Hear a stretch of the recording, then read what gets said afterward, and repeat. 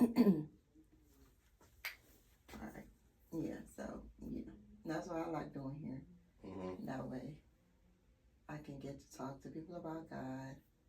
And I love the conversation, the uplifting, like, and then not only that, we can brainstorm off each other, ideas, and you'd be surprised. Some of my clients are God sent people. You know, it just aligns.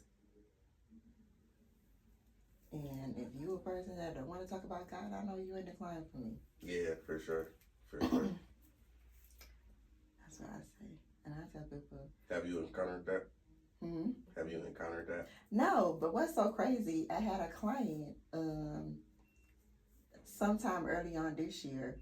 She asked me that question. She said, if I have ever had a client that didn't want to listen to gospel while they was getting their hair done. And I said, no, I never had that. But if they didn't want to, then I know that's not a client for me. That's not someone that God sent for me, because can't be around. Every client that I have so far is pretty much, that's how conversation always arises. God has to be involved in there somehow. Yep. So, I don't know. But, yeah, it's how it always has to be. All money ain't good money. Yeah, true. That's the part I hate. That's Center Heights. Yes, I hate to do Center Heights.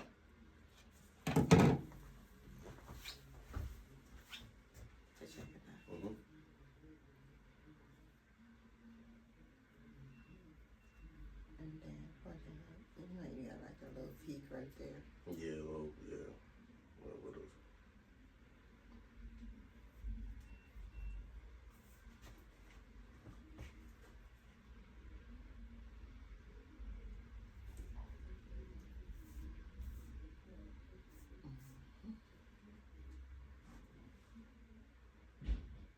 At least you follow your mama's footsteps. Yeah, it's crazy. I never even thought about being a teacher. I was so, because I was so stuck on the basketball. I feel like I put myself in a box. I'm not saying that I won't ever play basketball again, but that was just my life for a long time. Just basketball, training for basketball, going to college, I was in 3 different states for school, so so you can play basketball. Right, yeah. So I think that I needed this time to just, like, you know, the Bible say, be still. Just listen to God and what He's trying to.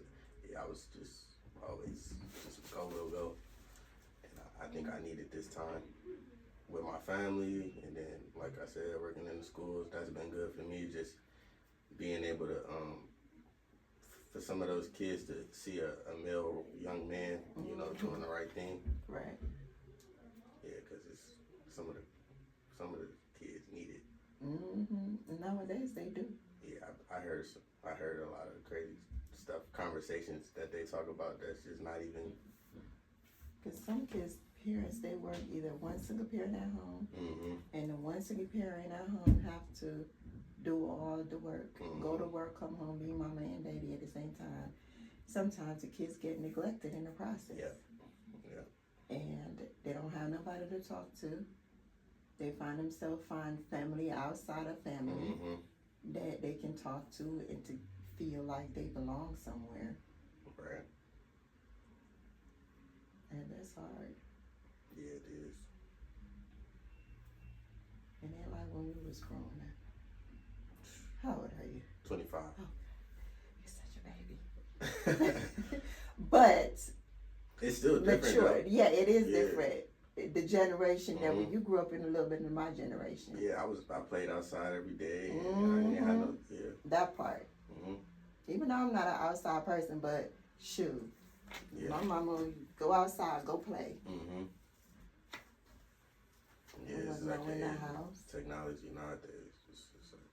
Which is good. But it's good parts of technology. It is good part and it's bad part. Yeah. And the only reason why some kids is leaning to be at home is because of all this kidnapping and stuff like that. And so sometimes I don't really be mad that my kids want to be at home because it's too crazy out here. Yeah. I'd rather them be at home than go out there, get themselves killed, or get involved in the wrong crowd. For sure. Like, For sure. literally. Yeah, it's bad.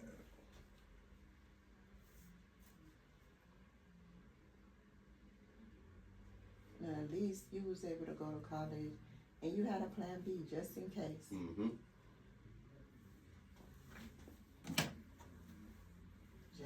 And that's how you're supposed to be. Yeah.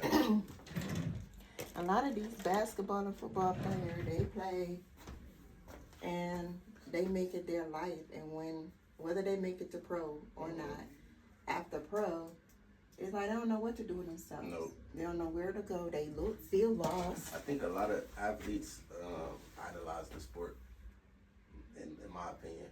Idolize it? Yeah. You right. Yeah, and yeah, they do. It's a way not to. Like, you can glorify God through it, but they get caught up in and all the stuff that comes with it. Yeah, so it's bad, but yeah.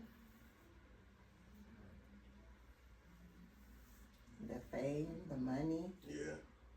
No, they get so caught up. They forgot how they get there. And granted, before they got there, they used to pray to get there. And then they get there, they stop praying. Yeah, exactly.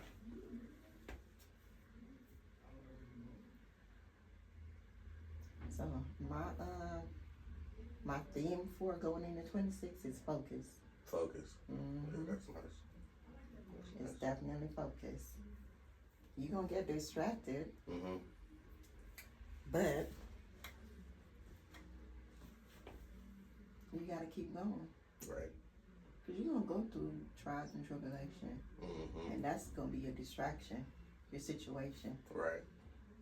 And when you in that situation, this is where you gonna either let it break you or make you. Yeah, that made me think about Philippians when Paul, he was in jail, he was in prison, and he was still I just read that this morning. He was still like worshiping, and he was still worshiping and praising God when he was in prison. He was just giving thanks, just, But so that's what that reminded me of. Yeah. In your situation, who you gonna call on? Are you gonna sit there, cry, why me in your situation? Or are you gonna be like, God, help me, to get through my situation? Show me the tools that I need to navigate through it. Yeah. And I think that's what we gotta remember. What we gotta remember through life. And sometimes our storm is not to break us; it's to teach us. Yeah. And build us up. Show us where we need to go, what to do, and what not to do. What areas we need to be more focusing on going into 2026 or in general. Yeah. So if you have one thing going into 2026 and focusing on God, what are your tips, or what tips would you give somebody on how to focus on God? To stay focused on God going into 2026. The first thing that come to mind is the tip to continue to focus on God in 2026 is like consistency. So like waking up the right way, not getting on your phone and going on social media, and wake up, getting your word, pray, and start your day right, and build off that all day, every day. And then when, like you just said, trials come and distractions come, I feel like that consistency is going to build you up to run to God when you got problems throughout your day. And then just stack the days day by day. And so consistency. And then also piggybacking off what you said, you got to pray for God to just show you how. There you go. Yep, show you how. Because we don't know. Nope. We think we know, right. Don't we? Yeah. Yeah. prayer, consistency. Ask God for discernment, because we see things how we see it, but ask God to see it through His eyes. Yeah, those are 3 things. But prayer, consistency, discernment. That's the tips I would give people. I might add a few more to what you said. Also, surrounding yourself with like-minded people. Yeah, that's the one. That trying to walk with God. Not saying you can't talk to non-believers, but in order to stay on the path that you want people that want the same thing out of life, right? Or spirituality, otherwise. And spend time Bible studying, you know, with a group of people. You know, talk about situation, and you never know. They might be going through similar stuff that you're going through, and they can give you a little encouragement on how to get through it. God can send them and tell you, well, this is how I did it. You take a little notes from what they're doing, right, and applying it to what you're going through. Sometimes the devil, we go through stuff, he wants us to be isolated. Yep. And then when we get isolated, that's when we get in our head. That's a good one. And start overthinking. Yeah. 2026 is not time for us to be isolated. It's to walk in our truth, believe, and trust God. Yep. Even when it don't seem like things ain't going the way you want it to go. You just have to trust Him that it's taken care of. Right. Right. And it's not on our time, it's on His time.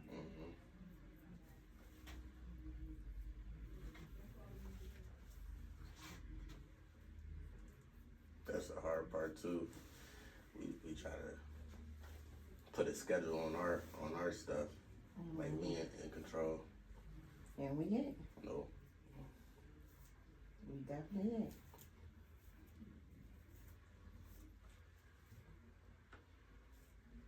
It's like entrepreneurship. I think I was born and raised in the church, baptized when I was about 11, filled with the Holy Spirit when I was 12.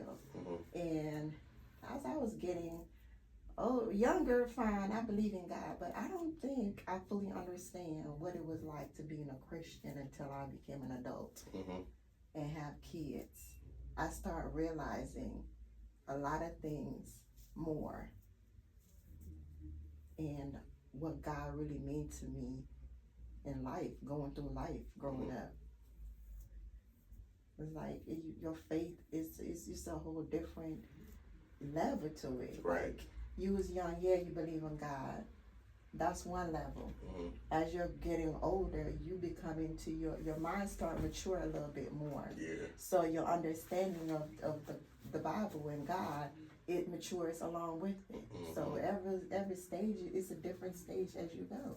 That's something my spiritual mentor told me.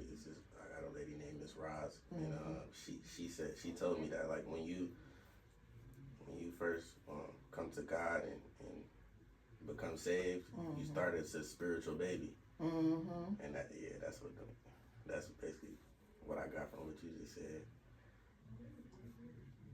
And it's like it's never ending. Nope. No matter, even when you get 60, it's another stage. Your brain just mature, and the only way you can mature is if you stay in your word. That's what people forget. Because I talk to like some people my age, and they'd say something like, "Yeah, I watched the video this morning, and I did this, and I talked to this," but the word of God is the living word. You got to open your Bible. Because that's I feel like that, like you said, got to. That's the foundation. Yeah, you can hear someone say about, and here's the thing: when people are preaching the word, they got an interpretation. Yep. And not everybody's interpretation is the Lord's interpretations. And some people break it down to fit their personal needs. So you gotta read the Bible for yourself and let God show you what He's talking about. Yeah. You know, if you don't read the Word, people can misuse you. Yeah. Turn your brain upside down.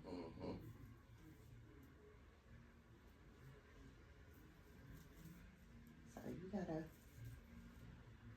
gotta read the Word for yourself. Build your own relationship with God. Right.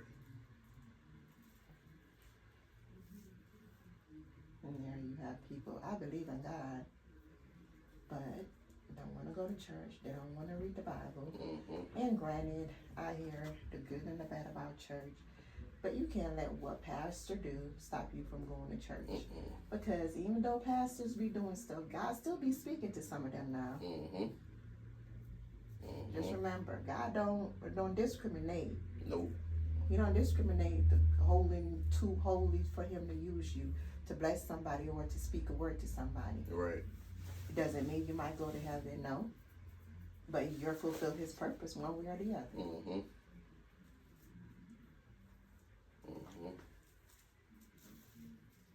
As long as they do what they need to do, repent on a daily, because we are all sinning. Yeah. I don't care how much you are a Christian, you're gonna sin.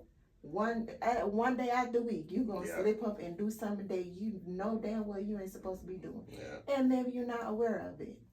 But as long as before you lay your head down and repent to God and try not to repeat the mistakes that you did, then there you go. Yeah.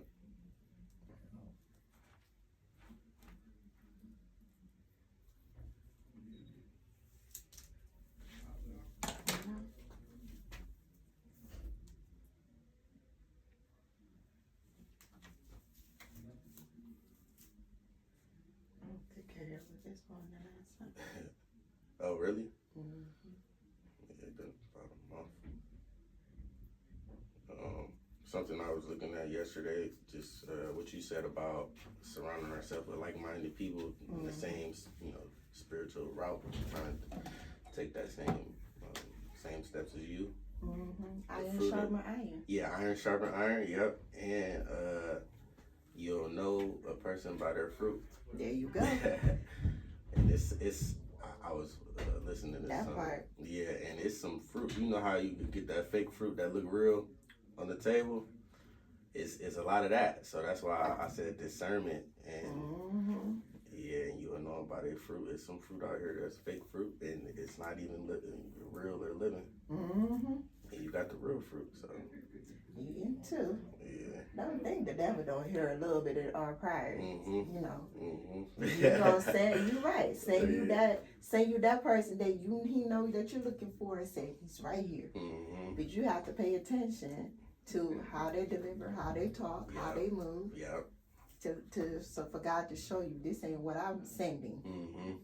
And that would just wrap it up in a nice little pretty bow. To make it and give all the little things, but substance. Every little thing else that you're looking for, He gonna send it. But do He got the real substance of what God, put in them? You know what I mean? Yeah, absolutely. If that makes sense. Yeah, it does. It does.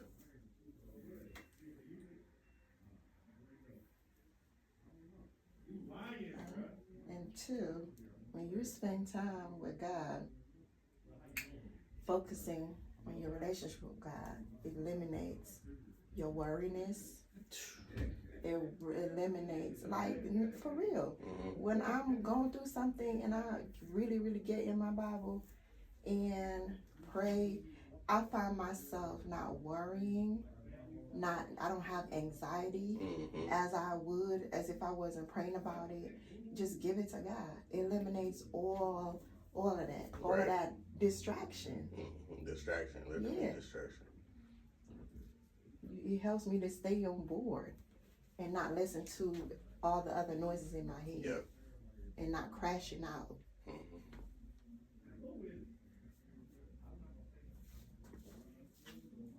It definitely do.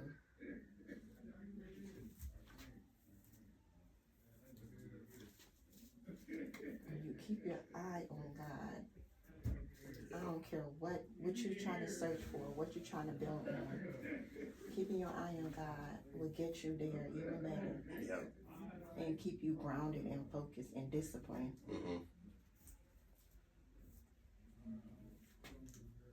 I'm not just saying just to read your Bible, just to gain money or your Right. But that's what comes with it. Mm-hmm. The Bible said, "Seek ye first the kingdom of heaven, and He would had to give you everything that you asked for." Mm-hmm. So in reality, when you're focusing on Him and not focusing on the things of the world, He knows the things that we're gonna need to survive in the world. Yep. And when you're being obedient, He gonna bless you. Mm-hmm. Especially when He knows the condition of your heart. Knowing why He bless you, you're gonna help somebody with that blessing. You're not gonna keep it for yourself. Right. And do you feel like that's when, because obviously, I'm in a season of I graduated college not too long ago, so I'm in the real world now, and I'm trying to establish myself, but keeping God first. Do you feel like when you do get blessed with this stuff, it gets harder? Yep.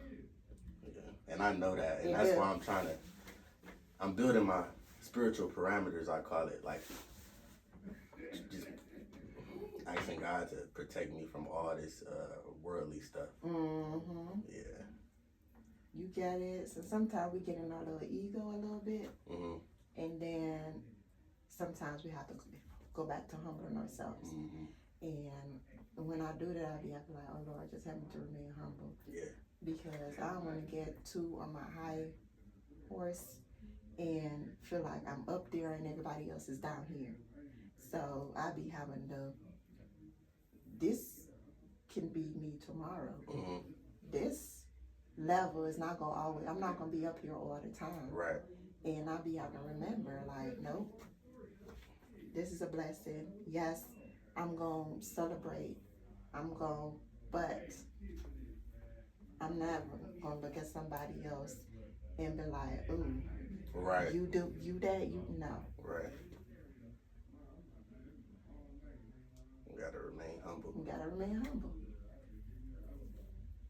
God give it and He can take it away. He can take it. Yep. So yeah, it do get harder.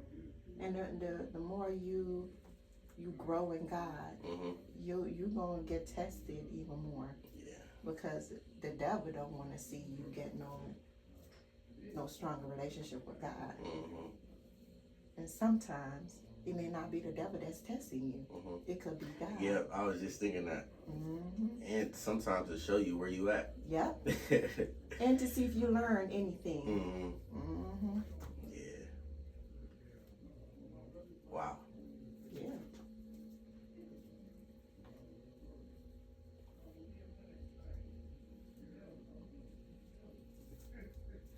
So 2025, you're in your seasons of what your season is what? Stay grounded. Stay grounded. Yeah. And mine is staying focused. So it's kind of like the same thing. So, yeah, for sure. Remembering our foundation. Don't step away from that. Yeah. What was 2025 like for you? 2025. Besides graduating from college. Yeah.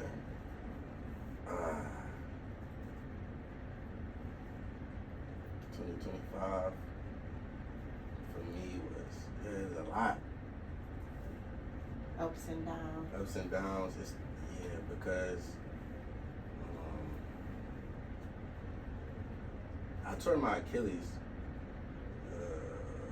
2024, but I still couldn't play basketball, and I was still rehabbing and just learning how to walk and run again. And then I came back to my basketball season, and I went from being super healthy, jumping out the gym, running, to I had to gradually work my way back into basketball.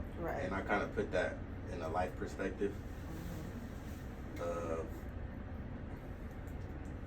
kind of what you said. You God can take it away too. And I feel like for the longest, I wasn't applying myself. I wasn't trying to build my relationship with God how I knew I should have been and could have been. Because I can wake up, this is how I used to be. I wake up, make sure I take care of my body, stretch, hit the gym, ice bath, rehab. But nowadays, I try to apply that to my relationship with God and trying to grow with Him in the way that I was doing that, but even more. So I always ask myself, am I doing enough? And the answer is always no, because I know that I can do more. So, in other words, the one thing that was keeping you in all the things that you was doing, you was trying to take care of, you forgot to take care of your relationship with God. I hate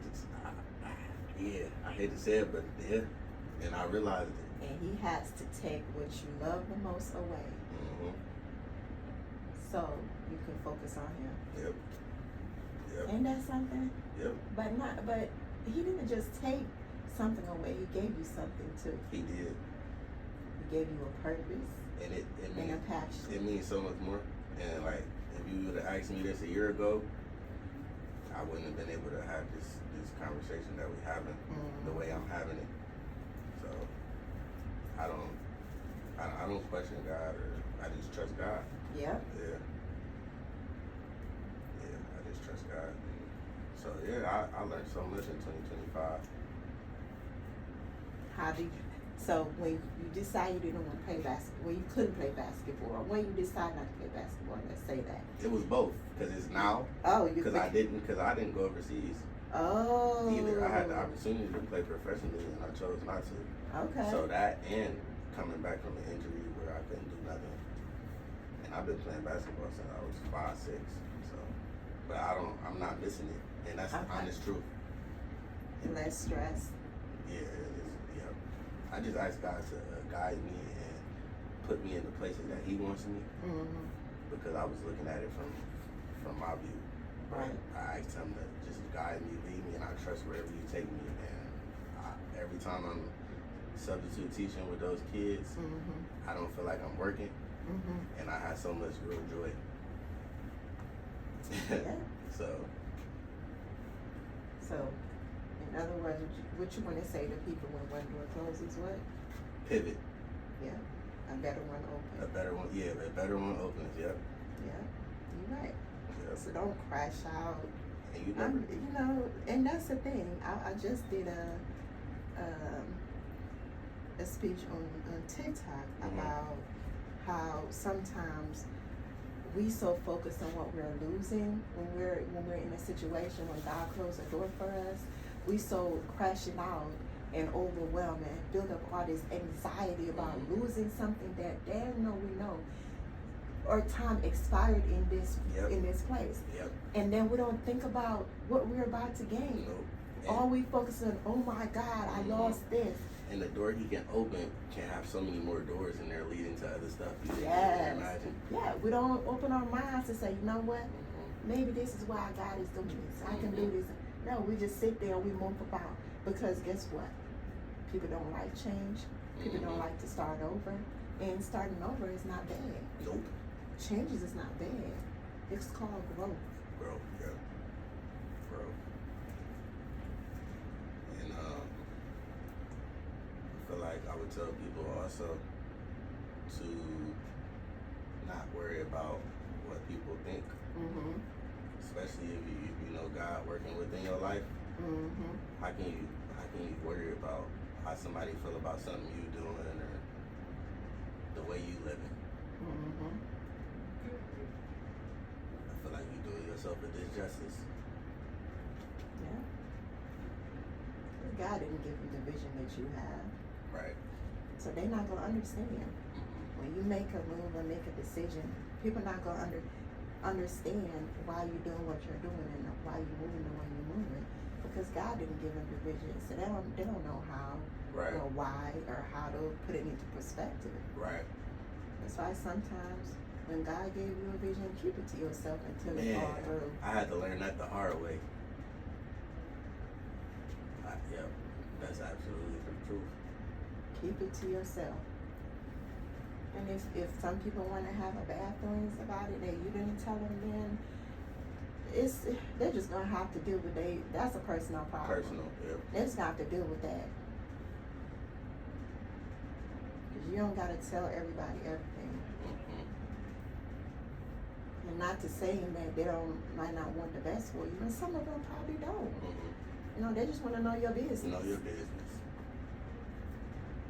To say, I told you so. Yeah. You know, or run to go tell the next person like, she going through this, she doing that. Mm-hmm. No. Some people, that's where their comfort lies. Yep. And Israelite company. Yeah, and that's just them showing their fruit. Mm-hmm. So that's a lesson. I think that was a lesson for me too in 2025. Learning to be quiet and move in silence. Yeah. Because I'm a person, I get excited and I want to share me too. Good news with people, you know what I'm saying? And I love when people share good news because I'm even more excited about their situation. They're excited about their situation. Right. When they get a good news. That's the kind of person I am. You know, and I want everybody to win. So when I decide I want to do something, I feel like, you know, everybody else want the same thing for me, but in reality, everybody don't. No. It seems like they do, but they don't. Yeah. Yeah. So stay silent, be humble, stay grounded, stay focused.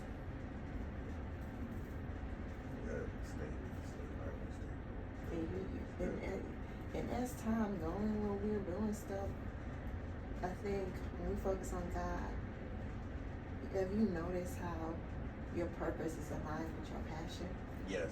Yeah. Can you go more into depth with that? As far as for me, when I decided to step away from being a dentist assistant, I've always liked to do hair, but I never think that I was good enough. Wow. You know. Really? No. You would have think. Yeah. I wasn't as confident in myself, you know, coming out of high school doing hair. Didn't think that's something I wanted. That was something on the back burner just to make a little cash on the side. And when I decided to step away from it, you know, I have a few clientele that I was doing at home, building my clientele, but I didn't think I had enough. And, you know, stepping into it, I didn't know I was going to be able to make money from it. And as I do, I know I like talking to people. I like talking about building people up. Didn't realize that was my calling, is to motivate people and pour into people. And as I'm doing here, I find like every time I'm doing somebody here, I find myself talking to people about God, uplifting people. You know, I have people in my church that cry. We just have a whole little session and just pouring into each other. So here became my passion because it aligned with my purpose. Wow. It gives me peace. And I have no problem coming to work, standing on my feet. Sometimes I do because it takes a toll on your body. But it feels so much more refreshing sometimes getting done to know that I did something that God wanted me to do. I was able to talk to somebody about God. I was able to kind of change somebody's mindset, you know, a little bit. So it gives me peace and joy. Yeah, conversations go a long way. Yeah. Like, our tongue is powerful. What we say. Yeah. And it can lead to destruction or, like you said, lift people up. So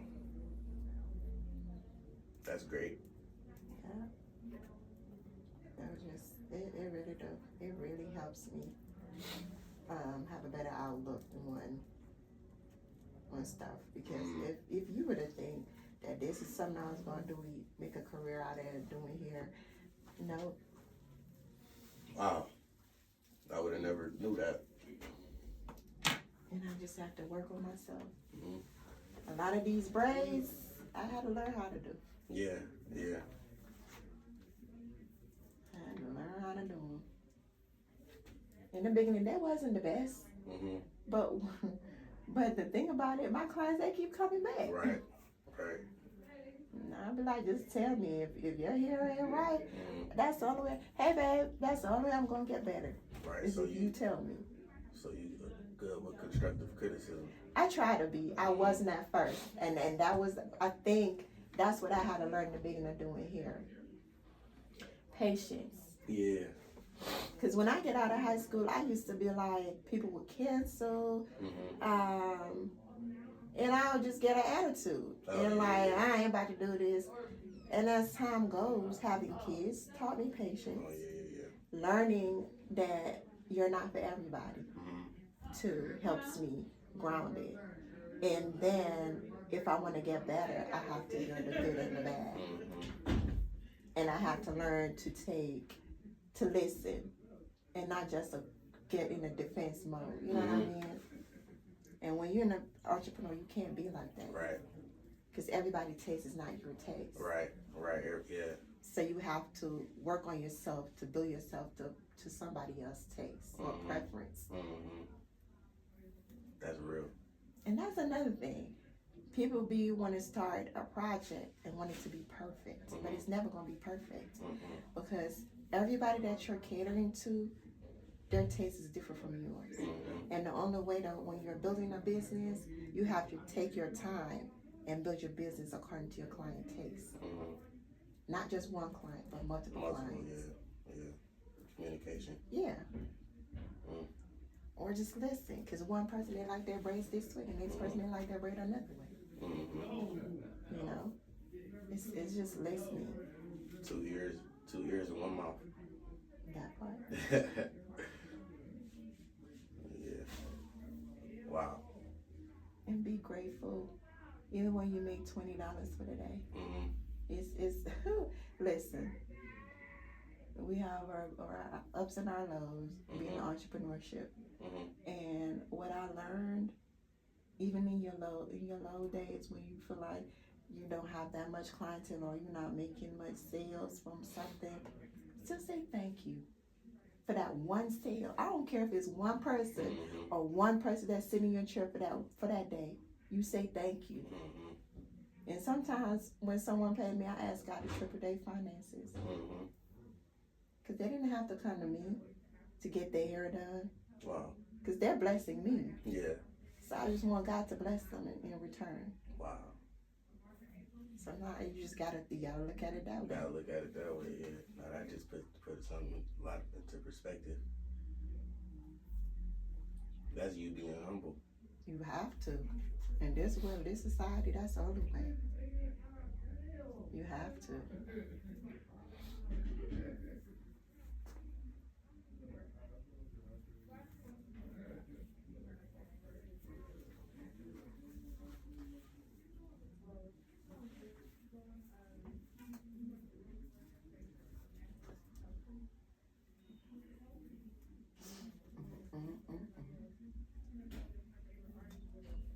Yeah, I go home, clean my house up, and I'm gonna relax. Ain't no going nowhere.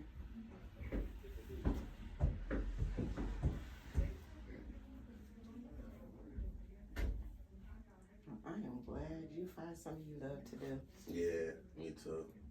And I know it's just gonna open up other doors. So it is. It is. I know it is. You just keep doing what you're doing. Yeah, keep showing up. Always keep God first. Always keep God first.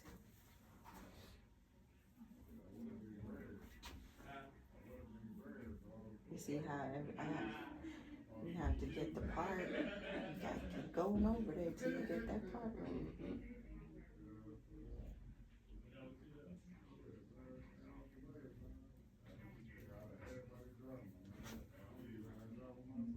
I think what really got my relationship closer to God, it started off with hair, but opening up my boutique in Beachwood Mall that was, when I tell you, I didn't know you were there. I started off selling just shoes. And when I was there, baby, some days I don't know how that rent was getting paid, but it was getting paid. You know, being in the mall, you have a high overhead, and that money coming in, it goes right to the business. Wow. And January is the slowest month of the year, baby. You have to know how to maneuver around that time. Wow.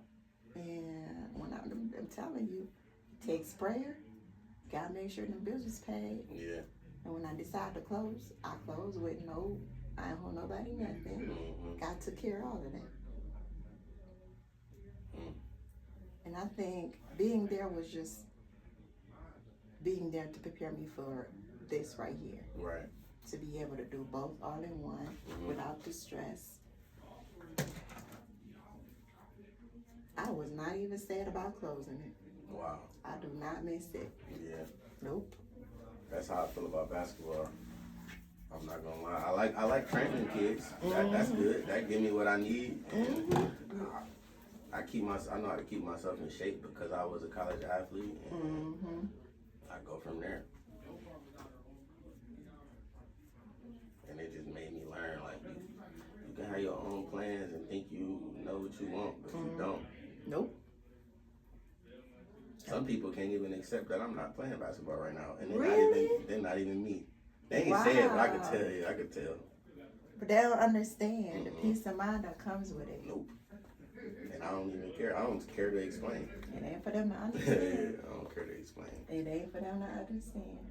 I think a lot of people just see me as a basketball player, which is maybe I'm being too hard.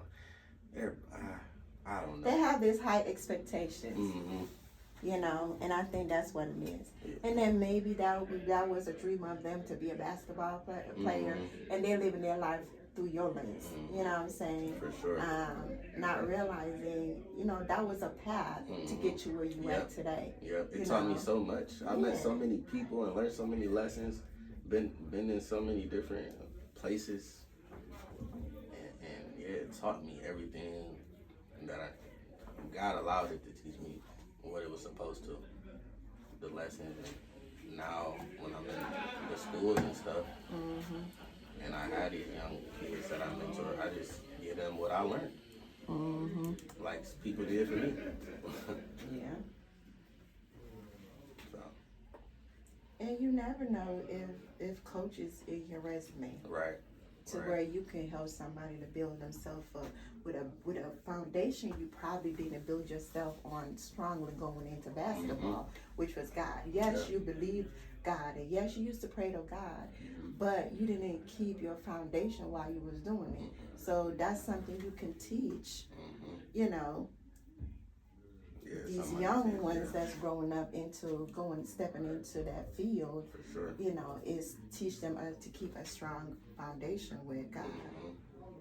Because it's easy to, have a great game and glory to God, and it's easy to say it, but you gotta continue to apply it and live it and speak it. Yeah. And not just when you're down and you realize now I'm hurt. Let me pray to God.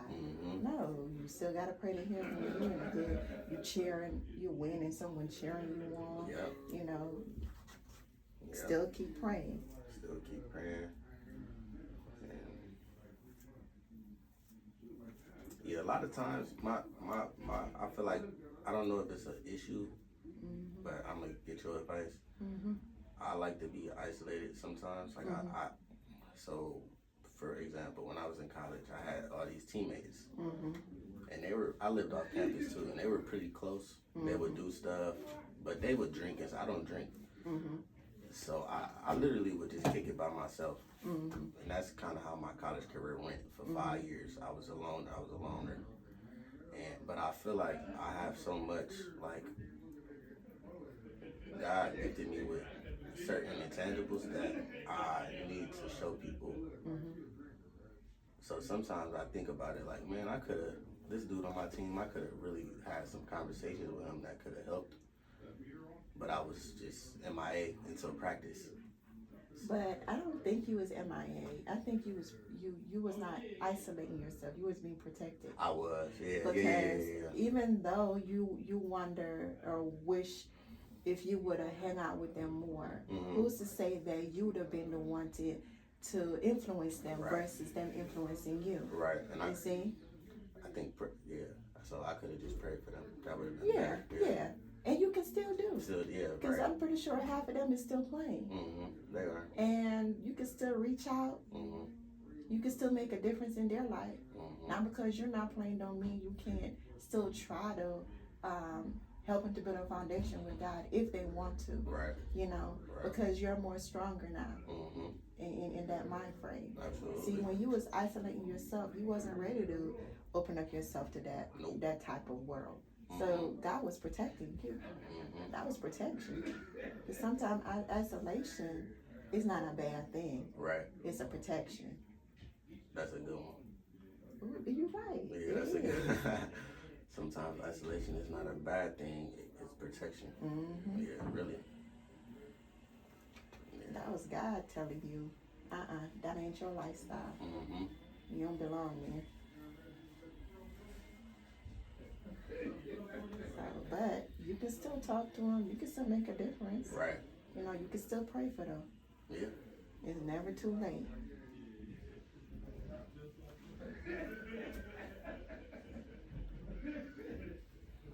Because in your isolation, you wasn't in your thoughts about doing nothing crazy. You was in your thoughts about keeping your peace and staying away from the drinking, the smoking, and all that kind of stuff. Yeah. Nah, that was protection, baby. That was discernment. Discernment, yeah. I found myself doing that a lot because, like, even people that I went to school with that live in Cleveland, a lot of them don't even know that I'm home. They think I'm in school or somewhere. I don't know what they think, but because I don't do what everybody else do. I never did. You gotta have a purpose, a different. You know when you're chosen. Yeah. To do, God's work. For sure. You don't fit in. Nope. I don't care how much you try to fit in. Yep, it don't work. You're never gonna fit in. It don't work. You don't fit in. Yeah. And don't try to fit in either. You was made to stand out. Made to stand out. And I learned that in going back to what you asked, but I learned that in 2025. Like everything you just said, I learned in 2025. God just removes me from stuff that he don't even let me teeter around it. He don't put me in certain places. He just keep me away from it. Right. Yeah. Sometimes that's what he do. He keep you in a little box. He revamp yourself, rebuild you. Yep. And when the time is right, he just lets you out your cage. And you what's the word? Nothing can shine. Yeah, you just shine. You're just a light. He was building you up. That's all he was doing, building you up. And how did you take the time to sit and be quiet, read your Bible, and talk to God more, going into being what you say,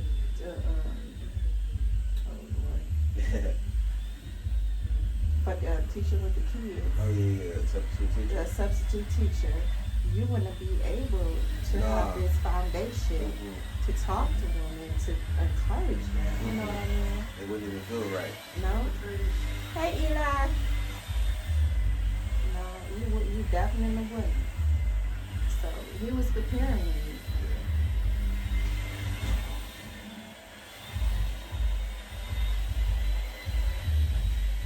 Definitely preparing you. Building your mindset. Because I know being a substitute teacher is not easy. It's definitely not. And it's like you gotta have patience. One thing I learned with that is you walk in school, these kids don't know you, so you didn't build a relationship with them. So honestly, like some of the intangibles and traits God blessed me with is perfect for it because I'm able to make them feel comfortable in one day. Yeah. Because when I walk in, that's when it starts. Like, yeah. And they get to a point where some kids is like, because I did in-school suspension before, where they, they get in trouble and get sent. They literally come in there after having an episode or feeling some type of way, and the conversation they have. Guys, Happy New Year to you guys. Happy New Year. You too. Okay. The conversation they have with me, they telling me what happened at home last night. Aww. And that's the reason they acted out in class. They're going and they didn't even nobody talked to them. The teacher just kicked them out, sent them to in school for the whole day. And all that kid needed was somebody to talk to. So like it's moments like that where it's like, man, this is more impactful than me going to score 30 points. Yeah. Yeah, I feel like it takes for me to realize that it's just God. It's just God because we can be stubborn. Yeah. In our own way. And block what was meant for us. So. I like that. Yeah. We can be stubborn in our own way, blocking our blessings, and don't want to step into what God has for us. Yeah. Because we like familiar places and don't like change. So. Or we think we know everything.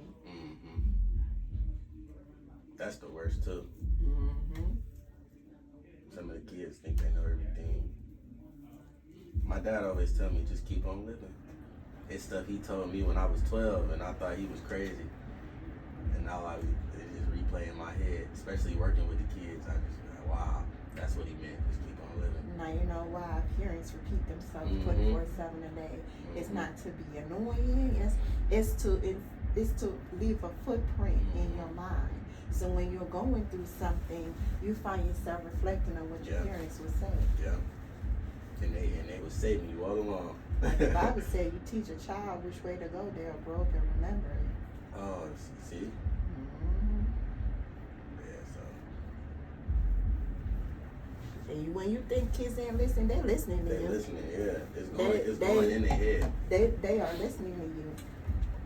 Because I know a lot of things back in the day. My mom would say, I keep that till this day. Like, as an adult and as a parent, I would go back and remember stories and my mom talking to me about life and, when you grow up, always have a plan A, a plan B. Never trust people. Not, and that's to say you can't, don't put all your trust in people and not expect them not to hurt you in that way. I learned that too, You by the way. always tell me that. Never sit there and put someone on a pedestal. Because then you'll be disappointed when they make a mistake. Yep. And it's like we all fleshly. We was born into sin. So how can you put that person on the pedestal? And not expect them to make a mistake. Yep. That's a bar right there. And we ourselves make mistakes. Yeah. So we was in the wrong, honestly, thinking like that. Yeah. And then we get mad that they make a mistake and they never tell us that they was perfect in the first place.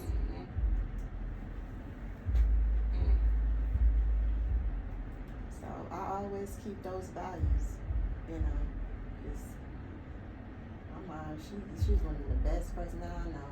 She got the biggest heart. She'll give the shirt off her back. Wow. So sometimes she may not think I listen, but I listen, and I remember every little thing. And when she sit down and told me, she told me by the age of 28 or by the age of 30, she want to get her house built by the ground, and she did. Wow. So when I going into my decision making, I talk to God 1st. I write down my plans and what I want for myself. But do it always happen the way that I had it planned out? No, but it happens because I asked God about it. And I pray to God about it, you know, and to show me if this is where I need to be. Right. You know. And when he do, I be writing down my own little plan, my own little strategy, thinking it's gonna work that way, but it don't. But having that mindset helps me when the way she, you know, speak everything into existence and work towards it, you know, that helps me to think that way a little bit. Speak what I want, talk to God about it, and then work towards it.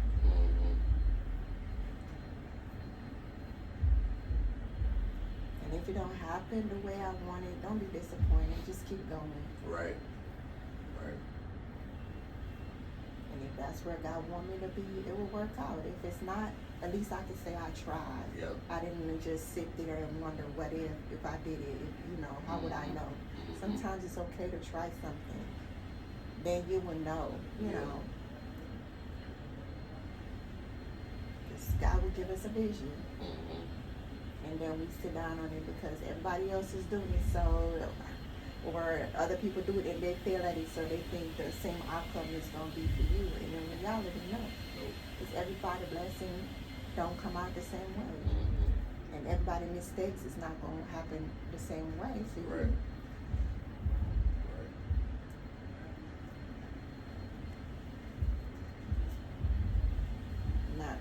One of the reasons why I look at Rihanna and how she came out, she didn't have, she could listen to people and don't come out with her makeup line.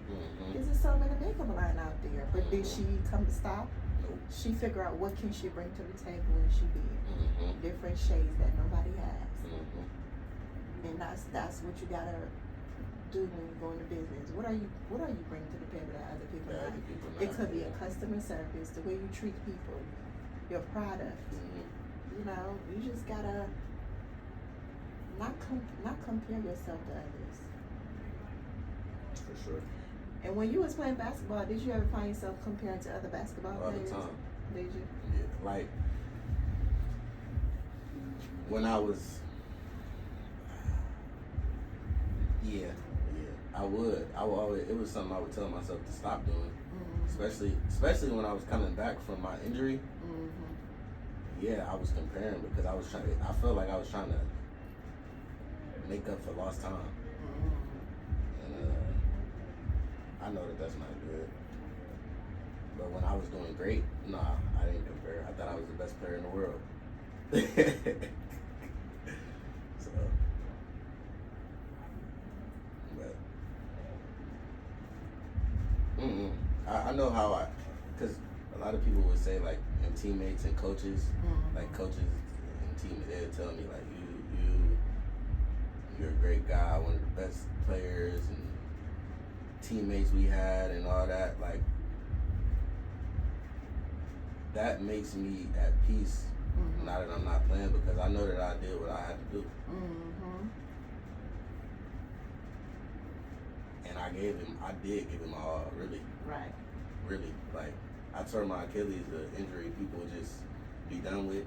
Before my senior year, I could have just said, I'm going to just get my degree and rehab for almost a whole year to get back to where I was before. And I did. So it's just like, I'm not thinking about I could have did this different, and I should have went to this school, they could have got me there, and I don't do that. You was exactly where you meant to be. Yep. But yeah, in sports, I feel like in sports, that's an everyday struggle, comparison. And that's what a lot of these kids, and that's something I want to teach as I continue to be like a mentor for the youth, is that this sports, basketball specifically, because that's what I played, is not what you because they just see the NBA. They see the lifestyle the NBA players live.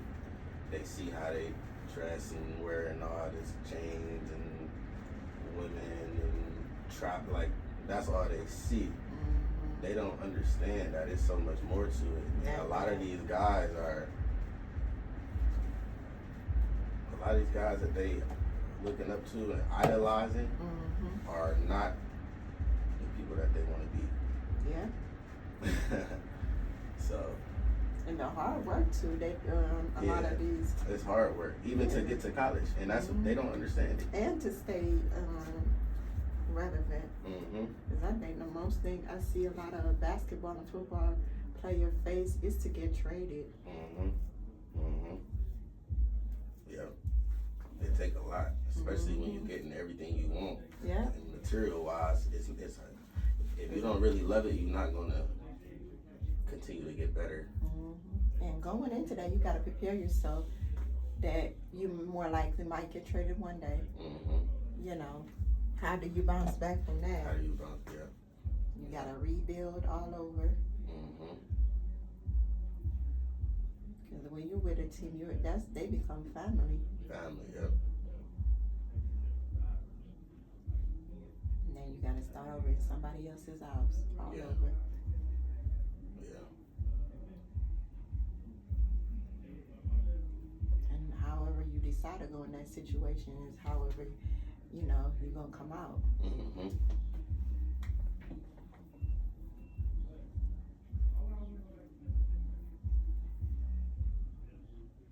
It's crazy.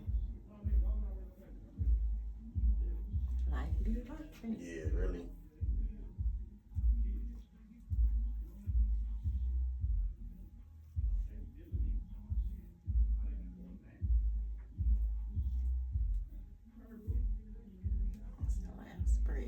Okay. You gonna get your lineup when you leave here? Yeah, I'm gonna have my dad do it. Oh, okay. Yeah, he got there.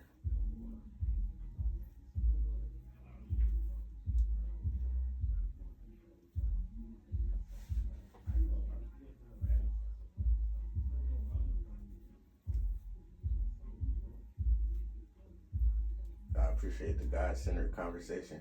Oh yeah, anytime. For sure. I appreciate it. This is. I love to do that. Do it here and have a good conversation about God. Not only just God, but uplifting, and I learned a little bit too. You know what I'm saying? For sure. You have me looking at things a little in different perspective from your angle.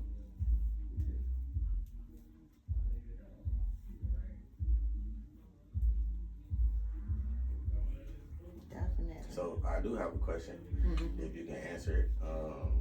So, like you were saying, your mom used to tell you, like, don't expect people. I forgot what exactly. Expectations. Yeah. So, what if somebody that you literally, trusted, it was like and they betrayed you, like literally, just played around, lied, how do you go about that? That's hard. I mean, I have that situation before. And I do crash out a little bit. No, I'm not, because we are human, right? We are human. And they better than that, and they didn't know better. And we're not going to remember some of our lessons that we learned or what our parents tell you right away. You know what I mean? And sometimes we got to learn it for ourselves. Yeah, we're not going to remember the conversation that we had. I think for me, I crash out, I yell, I cussed out because I had to release my feelings. When you hurt, you're hurt. Yeah. No, did I burn something up? No, I didn't go to that extreme. Yeah. But I crashed out and let me know what my feelings was. Yeah. But once I speak how I felt a little bit better.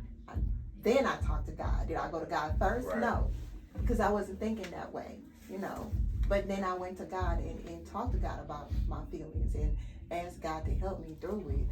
And read my Bible, keep reading my Bible, and pray. Then once I was able to do that, I felt better, and I'm a person. I'ma learn you. I may give you a chance to. You said you're gonna what? I'ma learn who you are. Oh, okay. When you show me who you are, I'ma take it in. I'ma soak it in. But I'm gonna be easy to forgive because I don't keep my feelings in. I let it go. When I pray, that's a God-like trait, right? Yes. Because He do that for us. Yes. When I pray about it, talk about my feelings, tell you how I feel, and I have to let it go. Yeah. Because if I hold on to it, you get bitter. And I don't like feeling angry. I don't like feeling like I'm crazy, you know. So I don't hold on to that feelings. But I do crash out a little bit, tell you how I feel, and then I go pray to God and ask God to help me through it. And then I'm still gonna talk to you. That's who I am. I don't hold grudge for too long. I talk to you. But would I be that willing to trust you all over? No. Because you show me who you are. I'm gonna always have that in the back of my mind that you did this to me. I'm not gonna forget it. I'm not gonna find myself hanging around you the same way I used to, you know. But hey, how you doing? How are you? Have a wonderful day. And I will turn around and pray for you too. That's how I am. Yeah. I don't know how to be mad at people for too long. For sure. I'm looking for the moves. So I like the 6 braids idea. I like it. I was debating, do I want to do that or kind of the same style I did last time, but I wanted to switch it up. Just go a clean 6. Yeah, so I say when you're going through something, it's an idea to talk to God first. Yeah. But we're not going to always do that right away. For sure. Because, you know, and what I've learned along the way, you have to let go of hurt and what people do to you. It will make you bitter. Yeah, it would. And when you become bitter, it shows through how you talk and how you treat people. And we can't say you believe in God when you're holding on to hurt and grudge. You got to let go of that. And now just ask God to give you discernment and how to treat people that hurt you. Absolutely. That's what I say. If it's a relationship wise, relationship. Well, I'm gonna say marriage because I'm married. I have to learn to let go and forgive. Sometimes it takes a minute, but I had to learn because people gonna hurt you regardless. You know, you don't matter relationship, whatever relationship, you're gonna get hurt by that person. And I think it depends on the level of hurt. If it's a relationship, whether you decide to stay or go. Now, if you're married, you know you gotta work that through. You gotta work that through. You gotta talk to God about it and ask God to help you and to forgive. And but if you're a girlfriend and boyfriend, I would say you gotta look at the hurt and the fruit of the person. Yeah. Is this relationship that God wants you to be in? What is God showing you from the lesson of what that person did? You know what I'm saying? And then you gotta go from there. If it's something to work through, to move forward through. And if she's a person that believes in God, then you gotta talk to the person about it. And where you go from there. And ask God where to go. You know. He'll tell you. And He'll tell you. And you know what you want from a woman. And if you read your Bible, like you say you do, you know what God tells you about what a wife should be and what a husband should be. For sure. You know. Yeah. I appreciate it. You're welcome. I hope that was good advice. No, it was. I'm pretty sure your mom would tell you the same thing. Yeah. You gotta pay attention. Yeah. Definitely gotta pay attention. And we gonna sit I need to drive further a bit.